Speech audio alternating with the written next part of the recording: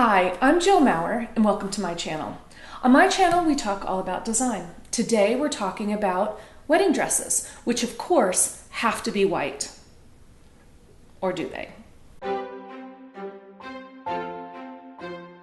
Oftentimes when approaching design, when designing something, I'll think about what's in my head that I think I have to do and then ask why.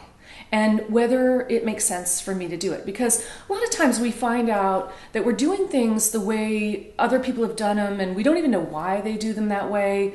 And we're not even aware that we're doing this. So in looking at weddings and a wedding dress, when you're picking out a wedding dress, often you just go and you start looking for a white dress. That's the first step, is to ask why. Let's look at the history of wedding dresses a little bit. And people will say, oh, well, you wear white to your first wedding because it shows purity. That's blue. Blue actually was the color of purity. So traditionally, there wasn't really a wedding dress per se. A woman oftentimes in Western culture would wear her best dress, just whatever her best dress was. And even if it was dark, even if that dress is dark, or even if it has a pattern, she would wear her best dress. And it was not a dress she wore once, it was a dress she would wear again. And this was just an event, it was a big event, but it was with family and she would wear her best. The only color that women didn't traditionally wear on their wedding was green, and that was because it was bad luck. Blue was purity. But women would wear blue, but if they wanted to show purity, they wore blue, but they wouldn't wear green typically because it was bad luck. Every other color was fair game, even patterns and stripes, and just whatever was your best dress. So where did this concept of a white wedding dress start?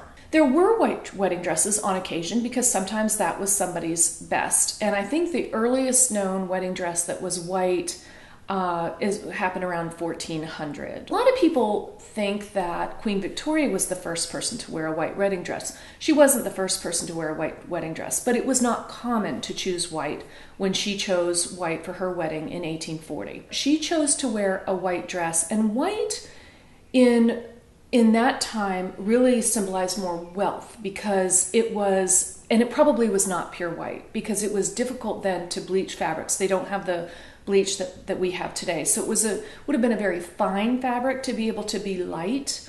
So it was not a fabric that a lot of people could have.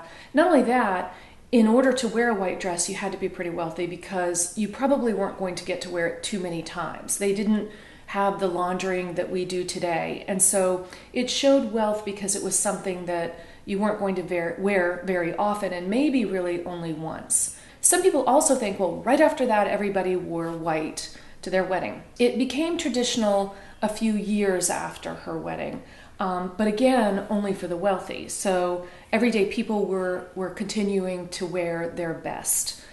Later, it became common for everybody to wear white, especially in the 1900s as more and more people did this, and as we got wealthier and we were able to wear a dress once or to pick out a dress for one event.